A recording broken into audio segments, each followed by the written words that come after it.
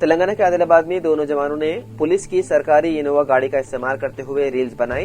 Video जैसे ही viral हुई, आवाम में गुस्से की लहर दौड़ गई। वन टाउन पुलिस ने फौरी कार्रवाई करते हुए दोनों के खिलाफ सरकारी गाड़ी के गलत इस्तेमाल पर मुकदमा दर्ज कर लिया। सबसे बड़ा सवाल ये है कि पुलिस की जिम्मेदाराना तहवील में रहने वाली गाड़ी नौजवानों तक पहुंची कैसे? इस पहलू की भी जांच की जा रही है। ये वाकया नौजवानों के लिए एक सबक है कि सोशल मीडिया की खातिर कानून शुकनी करना वक्ती शोहरत तो दे सकता है, मगर अंजाम हमेशा नुकसानदेह होता है। सरकारी इमलाक की बेहरमती न सिर्फ जुर्म है बल्कि मुआशरती बेजिम्मेदारी की भी अलामत है।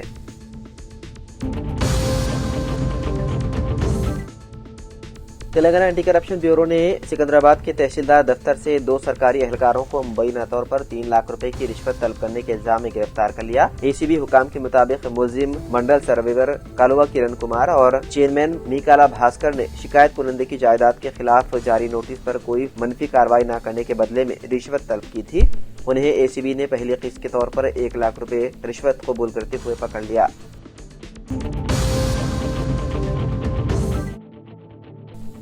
सऊदी अरब के मुकद्दस शहर मदीना मुनव्वरा के करीब इतवार की रात पेश आने वाले अलमनाक बस हादसे में जाँ बाख होने वाले उमरा ज़ायरीन के बारे में तेलंगाना उर्दू अकेडमी के डायरेक्टर सेक्रेटरी मोहम्मद सफीउल्लाह के तौहीन अमेज रिमार्क्स ने बड़े पैमाने पर तनाज़ा खड़ा कर दिया। शदीद अवामी रद्द-ए-अमल के बाद हुकूमत ने फौरी कार्रवाई करते हुए उनका तबादला कर दिया। राय के मुताबिक सफीउल्लाह खान ने हज हाउस में मौजूदा मुताशरा खानदानों से गुफ्तगू के दौरान इंतहाई नामुनासिब अल्फाज इस्तेमाल करते हुए कहा था कि जले हुए टुकड़ों को क्या देखते। उनके इस रिमार्क्स की वीडियो सोशल मीडिया पर तेजी से वायरल हुई, जिसके बाद अवाम और सियासी हलकों में सख्त गम गुस्सा फैल गया। रियासत कायदीन समेत कई समाजी व मजहबी तंजीमों ने भी उनके बयान की शदीद मजम्मत की। बढ़ते हुए एहतजाज के पेश नजर हुकूमत ने फौरी कार्रवाई करते हुए सफीउल्लाह को उनके ओहदे से हटाकर टीजी जेन को वापस भेजने के अहकाम जारी कर दिए।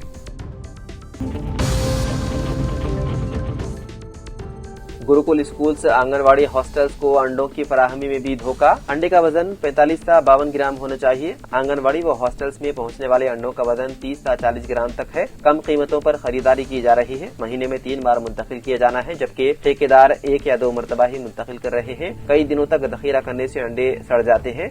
ठेकेदार आंगनवाड़ी मराकज, गुरुकुल और हॉस्टल्स के तलबा को दिए जाने वाले अंडों में बददियानती दिखा रहे हैं। वो कवायद के खिलाफ कम वजन अंडे फराहम करके धोखा दे रहे हैं। हुकूमत के रहनुमाना खतूत के मुताबिक आंगनवाड़ी मराकज और हॉस्टलों को अंडों का वजन 45 से 52 ग्राम होना चाहिए, लेकिन अंडों का वजन 30 से 40 ग्राम तक ही फराहम किया जा रहा है। ठेकेदार हर माह 5 करोड़ 38 लाख अंडे सप्लाई कर रहे हैं।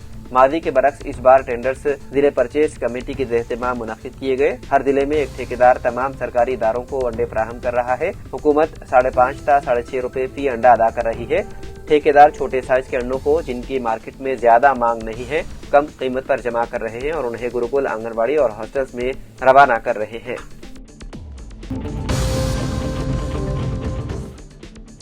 तेलंगाना के रंगारेड्डी जिले के पिदाम्बरपेट फ्लाईओवर पर उस वक्त अफरा तफरी मच गई जब कावेरी ट्रेवल्स की बस से अचानक धुआं उठने लगा। ड्राइवर ने हैदराबाद से श्रीकाकुलम जाने वाली बस को फौरी तौर पर फ्लाईओवर पर रोककर मुसाफिरों को बाहर उतार दिया। ओवरहेडेड टायरों से निकलने वाला घना धुआं लम्हों में खौफ का माहौल बना गया। बस रुकने के बाद 26 मुसाफिर आधी रात की शदीद सर्दी में सड़क पर ठिठरने पर मजबूर हो गए। खवातीन, बच्चे और बुजुर्ग खुले आसमान तले बेबसी से खड़े रहे, मगर कावेरी ट्रेवल्स इंतजामिया ने मुतबादिल बस तो दूर किसी किस्म की फौरी इमदाद तक फराहम नहीं की। मुसाफिरों का गुस्सा इसलिए भी शदीद था, चंद दिन कबल इसी कंपनी की हैदराबाद बेंगलुरु बस शोलों की लपेट में आकर मुकम्मल जल गई थी, जिसमें 19 मुसाफिरों की अलमनाक मौत हो गई थी। लोगों का कहना है कि मुसलसल ऐसे वाकयात इस बात का सबूत हैं कि कंपनी मुसाफिरों की जानों को खतरे में डाल रही है और इंतजामिया की लापरवाही किसी बड़े सानहे को दावत दे रही है।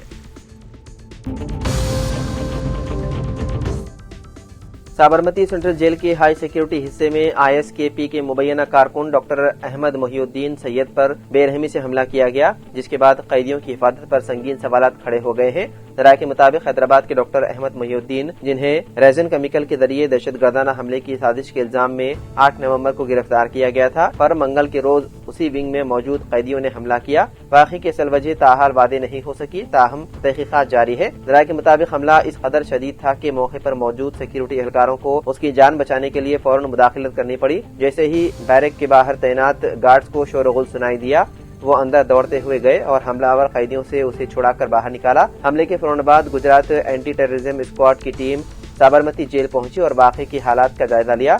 ATS نے جیل اسٹاف اور قیدیوں سے پوچھ تاچھ شروع کی ہے تاکہ حملے کی وجوہات اور ذمہ داروں کا سراغ لگایا جا سکے۔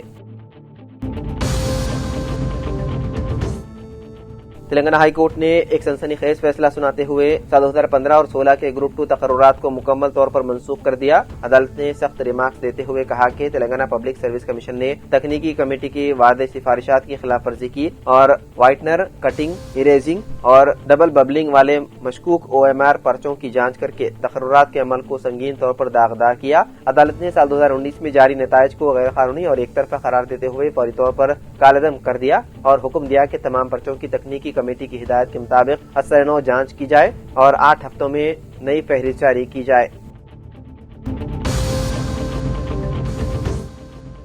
بس حادثے میں جاں بحق عمرہ زائرین کے 38 رشتہ دار مدینہ منورہ کے لیے روانہ۔ مدینہ منورہ کے قریب بس حادثے میں جاں بحق حیدرآبادی زائرین عمرہ کی شناخت اور تدفین کے انتظامات میں تعاون کے لیے 38 خونی رشتہ داروں کو سرکاری خرچ پر مدینہ منورہ روانہ کرنے کا فیصلہ کیا ہے۔ ان کے DNA ٹیسٹ کے ذریعے نعشوں کی شناخت میں مدد ملے گی۔ تلنگانہ حج کمیٹی نے 38 رشتہ داروں کے پاسپورٹ اور ویزا کے مراحل کی تکمیل کی اور حیدرآباد سے مدینہ منورہ کے لیے راست فلائٹ کے عدم دستیابی کے سبب رشتہ داروں کو 2:30 بجے شب الجزیرہ ایئر لائنز کے ذریعے کویت روانہ کیا گیا۔ کویت میں مختصر توقف کے بعد وہ مدینہ منورہ روانہ ہو گئے۔ حکومت نے رشتہ داروں کے ساتھ وعدہ قیام کے انتظامات کیے ہیں۔ سرکاری خرچ پر سفر، رہائش اور تعام کے علاوہ ٹرانسپورٹیشن کے انتظامات کیے گئے ہیں۔